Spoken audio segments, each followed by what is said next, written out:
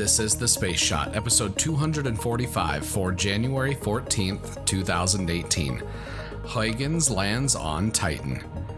Hey everyone, welcome to The Space Shot, your daily space history, pop culture, and news fix. I'm John Molnix. I think I'm fighting a bit of a cold, so I apologize for the way I've sounded the last few days. But since this is a daily podcast, I'm going to plow right through it, so hopefully my voice doesn't get any worse. On January 14th, 2005, the Huygens lander touched down on the surface of Titan, giving us an unprecedented look at this captivating moon. This was the first and so far the only time a spacecraft has touched down on a world in the outer solar system. Even though the Huygens mission was just a brief part of the overall Cassini mission, it marked an incredible milestone for Cassini. I remember talking about the landing in my high school astronomy class and being in awe of those first images coming back from Titan. Titan is a massive moon, it's larger than Mercury, and it's the second largest moon in the solar system. According to NASA, quote, Titan is the only moon in our solar system that has clouds and a dense atmosphere, mostly nitrogen and methane. It's also the only other place in the solar system to have an Earth-like cycle of liquids flowing across its surface. Much of what we know about Titan is thanks to Cassini and Huygens. The Huygens probe performed a 2.5-hour descent on this day in 2005, during which it experienced winds in excess of 260 miles per hour. Huygens gave us the first images of Titan's surface as it passed through a dense upper cloud layer. We're unable to see through this dense layer in the visible spectrum, so Huygens was essential at giving us a first look at the surface of the moon. The lander was traveling at just over 11 miles per hour when it touched down on a freezing plain littered with what looks like icy tumbled stones.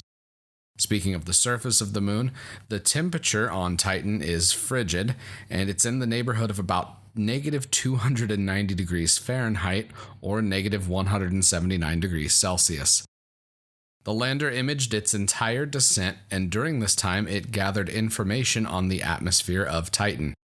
There's no evidence for life on Titan, but the lander did find complex organic compounds, which are the building blocks of the amino acids that are necessary for life as we know it. Huygens studied the surface of Titan as well, finding that the landing site surface was similar to wet sand, and that the rocks or pebbles around the lander were made up of water ice. The Huygens lander was developed by the European Space Agency and was part of the overall Cassini-Huygens mission that was a joint effort between NASA and ESA. While the scientific knowledge we gained from this lander and mission is incredible, I think the international collaboration and cooperation needed to pull off an interplanetary landing and mission is just as important. I'd like to echo some of the speech that Kennedy gave at Rice University that I talked about in episode 121. Quote, there is no strife, no prejudice, no national conflict in outer space as yet. Its hazards are hostile to us all. Its conquest deserves the best of all mankind, and its opportunity for peaceful cooperation may never come again. The Cassini-Huygens mission represented the best of what we can achieve in peaceful cooperation between sovereign nations, working towards a common goal of expanding scientific knowledge. As much as the science will be a part of Cassini's legacy, the partnership between nations for this mission will be just as important 50 or 100 years from now. This policy of cooperation on massive scientific undertakings like Cassini bodes well for future missions to other worlds. I hope you enjoyed today's episode. I'd appreciate it if you could leave a review on iTunes. If you do that, screenshot it and send it to me at John Molnix, pretty much everywhere on the internet, and I'll send you a Space Shot sticker and a little thank you.